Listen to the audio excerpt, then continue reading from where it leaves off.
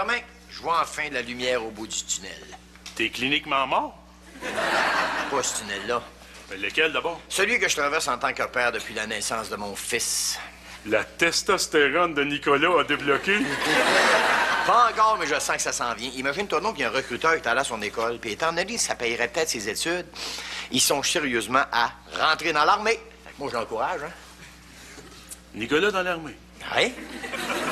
Pourquoi? Pas sûr qu'il soit équipé pour faire peur à qui que ce soit. Justement, c'est le prototype même du soldat canadien. Hein? Mais non, mais Denis, t'imagines-tu qu'il soit pogné là, pour aller se battre, là? Dieu seul sait où?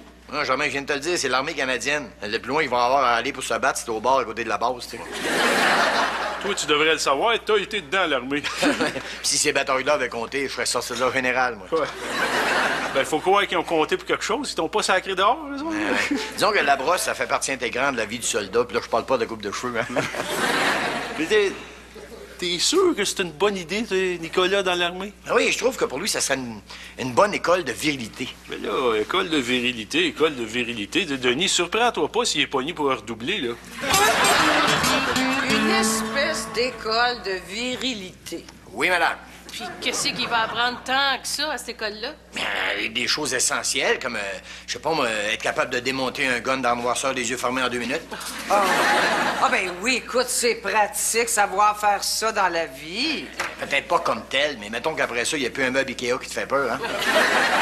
Puis toi, tu l'encourages à embarquer là-dedans. Mais voyons, Nicolas, il a passé son enfance, puis la majorité de son adolescence avec sa mère et sa sœur. Ben, et puis... Ben, ça l'a empêché de se développer entièrement en tant que vrai gars. T'aurais pu l'aider, tu l'avais une fin de semaine sur 2.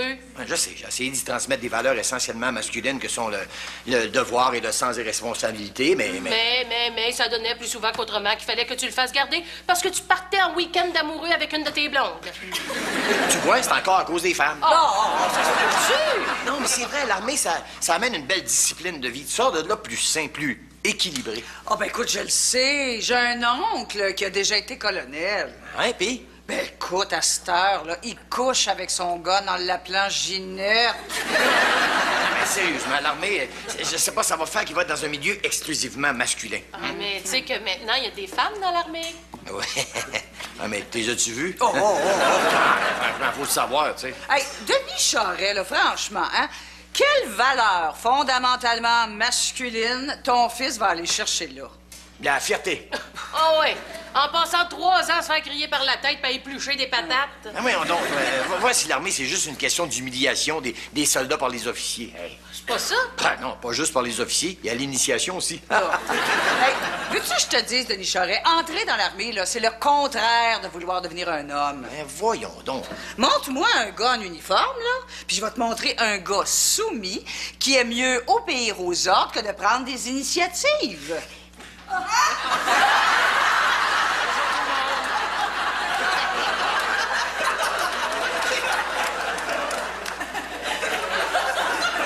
Qu'est-ce qu'il y a?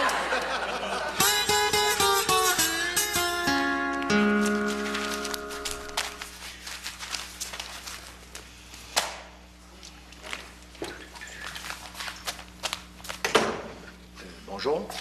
Garde à vous!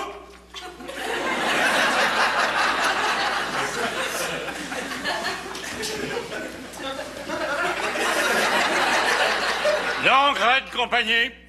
Denis Charest, père de famille, chroniqueur automobile, sir!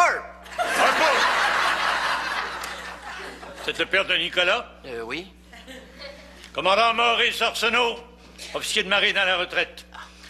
En fait, je devrais dire semi-retraite. Je m'occupe maintenant de recrutement.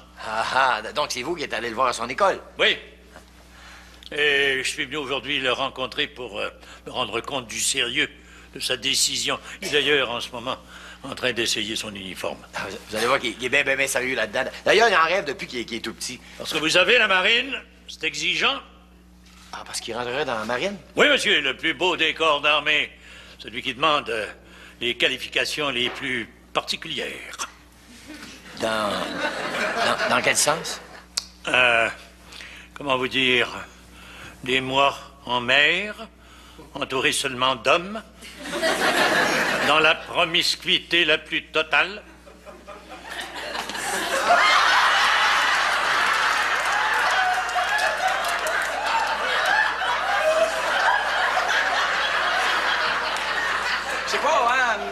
Me semble que c'est un peu serré. Non, si c'était pour une comédie musicale, je dis pas, mais là... Vous allez voir, Monsieur Charin, on va en faire un homme.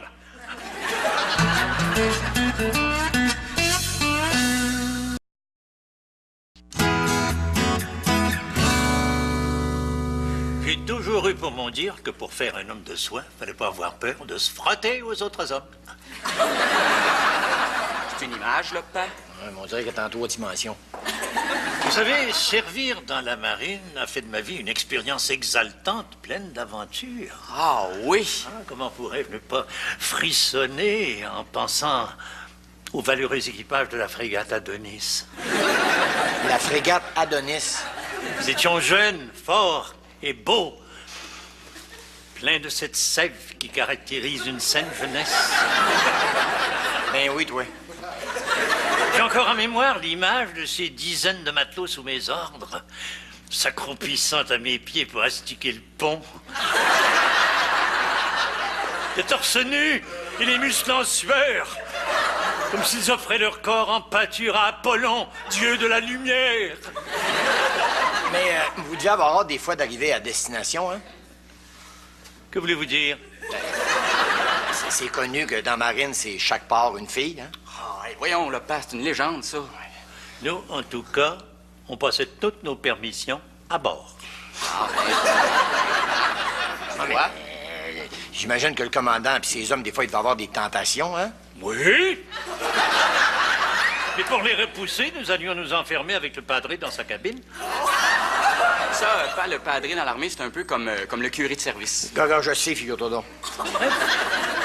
Je ne sais pas si c'est la sécurisante moiteur qui régnait dans la cabine ou les mots d'encouragement que le padré nous susurrait humidement à l'oreille. Mais nous ressortions toujours de là avec l'impression d'avoir fait sortir le méchant. Hey, ça a l'air super, la vie sur un bateau, hein? Oh, mais c'est rien, ça! Veux-tu que je te raconte comment ça se passe à bord d'un sous-marin? Ça sera pas nécessaire. Dis-moi, Nicolas, qu'est-ce qui t'a donné l'idée de t'engager dans les forces? Ah, ben c'est mon père, hein? Ouais, non. Si c'était juste une opportunité pour les études, une opportunité parmi plein d'autres, hein? Moi, vois-tu, c'est un désir né de la lecture de certains récits historiques dans ma jeunesse, notamment les grandes conquêtes d'Alexandre le Grand. Bon, je sens qu'ils vont repartir. Comment ne pas se sentir enfiévré en imaginant ces athlétiques guerriers aux longs cheveux bouclés, foulant le champ d'honneur de leurs sandales, la lance dressée et la jupe au vent? Ben oui, je fais un retour aux sources. C'est comme si j'avais été pris de nostalgie pour les belles années que j'ai passées chez les scouts. Pour la franche camaraderie, le feu, joli feu. T'es retourné chez les scouts.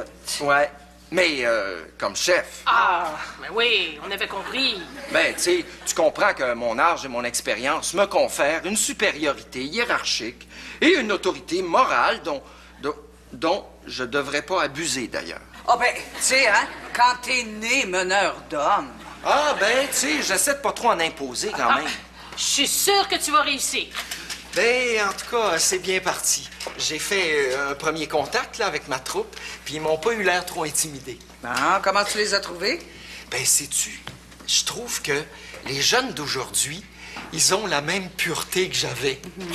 Il y a juste certains petits détails qui ont changé, mais sinon... Ah, quel détail? Ben, ils ont pas le même modèle de couteau suisse que moi j'avais. Eux, ils ont pas de tire-bouchon, puis pas de ciseaux, ils ont juste une lame de 6 pouces. Ah bon? Oui, puis ils sont très doués pour les activités scouts. En particulier l'orientation. Hey, figurez-vous donc que même sans boussole, ils ont tous trouvé le fumoir. Il fume? Oh, mais presque pas, là. Rassure-toi. Juste une cigarette à la gang, puis ils se la passent tous à tour de rôle. Non, même, ils m'ont juré que c'était pas du tabac. Là, je t'en supplie, reste ici. Ben là, décide. Ben, c'est tout décidé, tu restes ici. Hey, ça fait des mois que tu me gosses pour que je m'engage. J'ai changé d'idée. Tu disais pas que ça serait une école de virilité? M'a donné des cours privés, OK? Ah, De toute façon, ça va payer mes études. Regarde, je vais payer tes études. Ben, c'est une question de fierté. Hein? Tu sais, comme ça, ben, je devrais rien à personne. Puis regarde, Nicolas, t'es juste pas fait pour être d'un force. Ouais, ben ça, regarde, je verrai bien par moi-même, OK? Puis de toute façon, là, ma décision est prise, j'y vais. Nicolas Charette, tu restes ici, c'est un ordre. Hey, j'ai dit que j'y allais. Tu vois, t'es pas fait pour aller d'un force, hein? T'es même pas capable d'obéir aux ordres. Là, ben, je te comprends plus. Pourquoi tu me dis pas le fond de ta pensée? J'ai peur que... Mais tu sais, des longs mois en mer... Ah, ben oui, mais je serai pas tout seul, là. Justement. Puis moi... Bon, c'est ça. T'as peur de t'ennuyer de moi? Ben, c'est ça, oui. T'sais. Eh, je te dis, ben, t'aurais dû t'engager dans la marine au lieu de dans l'armée de terre. Il aurait peut-être fait de toi un homme.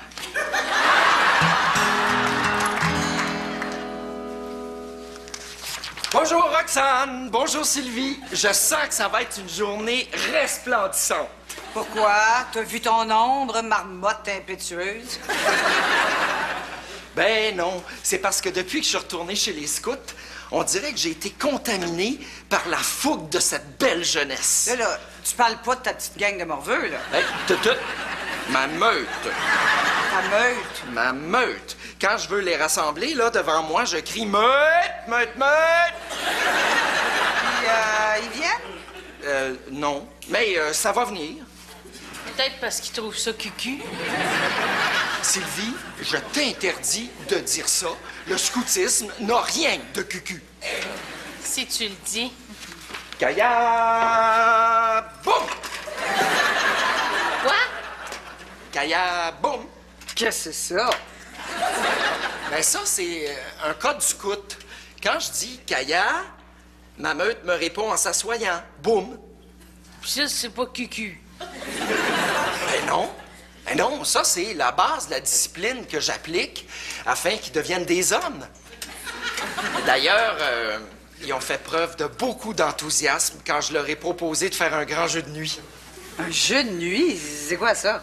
Ben, ça, c'est un jeu de piste qui, tu le devineras jamais, se passe la nuit.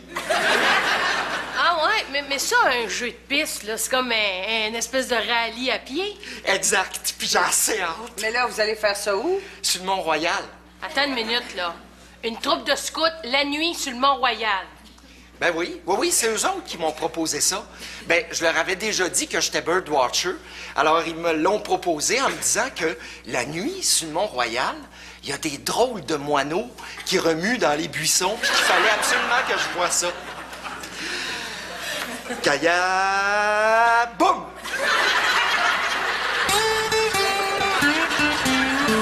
Ça fait qu'il est parti. Parti.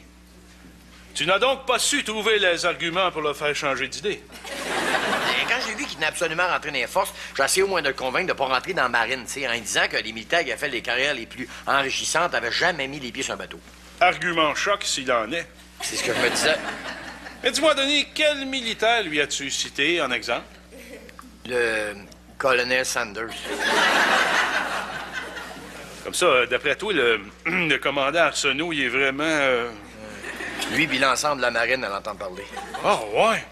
Je viens de comprendre pourquoi Village People chantait In the Navy. Tabarnouche! Quoi? Mais je pourrais plus jamais voir Popeye du même œil, moi. Non, jamais, papa, c'est un cartoon. Je sais bien, mais Olive, elle... Quoi, Olive? Ben, Olive, étais-tu au courant de ça? C'était juste un front, ça? De quoi tu parles? Ben, son genre à Popeye, là, dans le fond, là, c'était pas plus Brutus, le gros marin barbu musclé, ça? Jamais, veux-tu mocher tes petits bonhommes? On parle de Nicolas ici, là. OK, je m'excuse. Je pense que j'y présentais ça comme une école de virilité. J'aurais doucement l'envoyer direct au sauna. Denis, le capitaine Highliner, je pense pas que... Carmin. J'aurais dû y penser aussi de longs mois en mer, comme ça, juste des gars, hein? C'est aussi pire qu'en prison. Ça, c'est bien à cause de moi puis mes maudits préjugés de macho. C'est moi qui devrais être puni, pas lui. Là, il est tout seul là-bas, sans défense. Moi, je peux pas, même pas aller l'aider. Écoute, tu m'écoutes-tu? Oh, oui. Mais, Denis, Gilligan puis le capitaine, là, ils sont pas... c'est pas...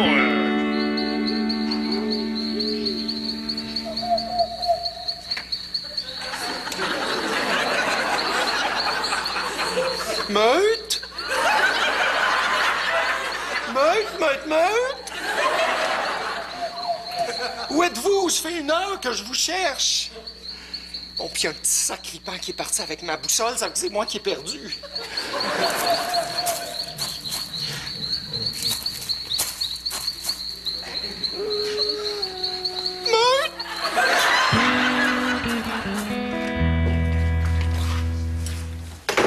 Nicolas, qu'est-ce que tu fais là? T'es revenu? Je t'ai dit que la marine, c'est fini pour moi. Hey, j'ai tellement été humilié, là. Oh... Ben, tu vas être capable de m'aimer pareil? Mais là, pourquoi je t'aimerais pas? Parce qu'il m'est précisément arrivé la dernière chose que tu voulais qu'il m'arrive. C'est-à-dire? Hey, il était tout en ligne, là, en arrière de moi. Il attendait leur tour. Non. Tu vas pas me dire que... Ah, et puis là... Puis là... Ben, à cette heure, tu peux dire qu'il y a une moumoune dans la famille. Oh non, c'est pas vrai. T'as pas... Hein, oui. J'ai eu le mal de mer. de mal de mer? Ouais. Et puis j'étais même pas sur le bateau, là. J'étais juste à la passerelle. Fait que les gars en arrière de toi... Ben, je te l'ai dit, là, ils attendaient leur tour. Pas embarquer sur le bateau. Ben oui, pourquoi d'autre? Pour rien.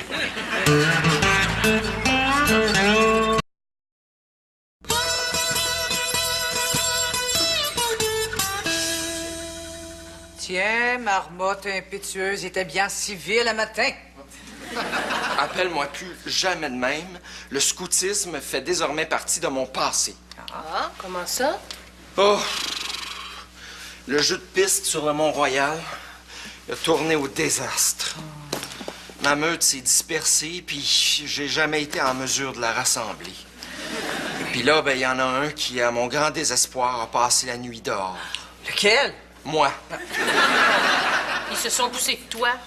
Mais une sorte de mutinerie, je suppose. Probablement causée par mon leadership écrasant. On n'en doute pas. Tu sais, Sylvie, je pense que tu avais raison, finalement. Les jeunes d'aujourd'hui sont pas un terreau fertile pour les idéaux de Baden-Powell. Ben, tu sais, hein, feu, joli feu, là. Mais, tu sais, c'est comme si, aujourd'hui, les jeunes avaient oublié tout le plaisir qu'il y a à se soumettre. Oh, mais je suis certaine que toi, tu l'as pas oublié. Oh, non! D'ailleurs, sur le Mont-Royal, j'ai rencontré un monsieur qui m'a expliqué longuement les possibilités qu'il y avait pour moi de conjuguer activité physique et soumission. Ah ouais? Oui, et ça, dans un cadre qui me rappellerait mes belles années chez les scouts. Mais là, un monsieur, quel genre de monsieur? Ah, un monsieur très courtois. D'ailleurs, c'est fou ce qu'il y a de monsieur courtois sur le Mont-Royal la nuit. On dirait qu'ils veulent tous être tes amis. Mais ce monsieur-là, qu'est-ce qu'il faisait à cette heure-là sur le Mont-Royal? Ben, il recrutait. Fait qu'il est revenu. Ouais. Il s'est aperçu rapidement que la marine, c'était un milieu de momoles, puis c'était sûrement pas fait pour lui. Il a dû voir ça tout de suite, j'imagine. Ah ouais. Mais tu sais, monsieur Nicolas, hein, souvent il joue au tendre, mais dans le fond, là, c'est un tough. Vraiment dans le fond, par exemple, hein? En tout cas, il m'a dit qu'il avait trouvé une autre forme d'activité pour compenser. Quel genre? Ouais, il m'a dit que c'est une activité où il allait pouvoir enfin aller au fond de lui-même en tant qu'homme. Pouvoir enfin évaluer ses capacités de chef et faire face à la nature elle-même. Non, mais c'est quoi? Je sais pas trop, là. C'est une surprise.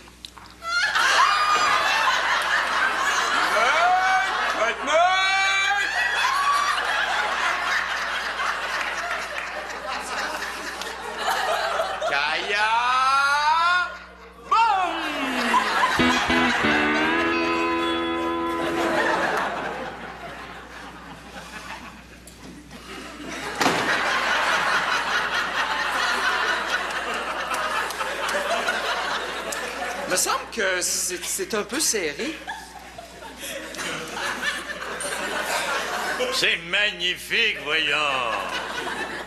Vous êtes sûr? Parce que moi, j'ai l'impression de porter 3 points sous ma taille. Sur un bateau, l'espace est compté, vous savez. Ah, ben, si vous le dites.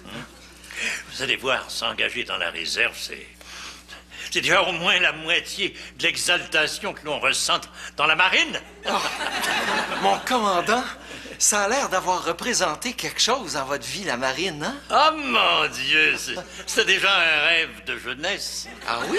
Oui, un rêve où, m'abreuvant aux histoires de corsaires que je lisais, je voyais des mâts dressés, des duels au sabre aussi, au cours desquels j'enfonçais mon instrument de combat dans la chair d'un flibustier. À la chemise bouffante, s'ouvrant sur une poitrine aussi velue que suintante.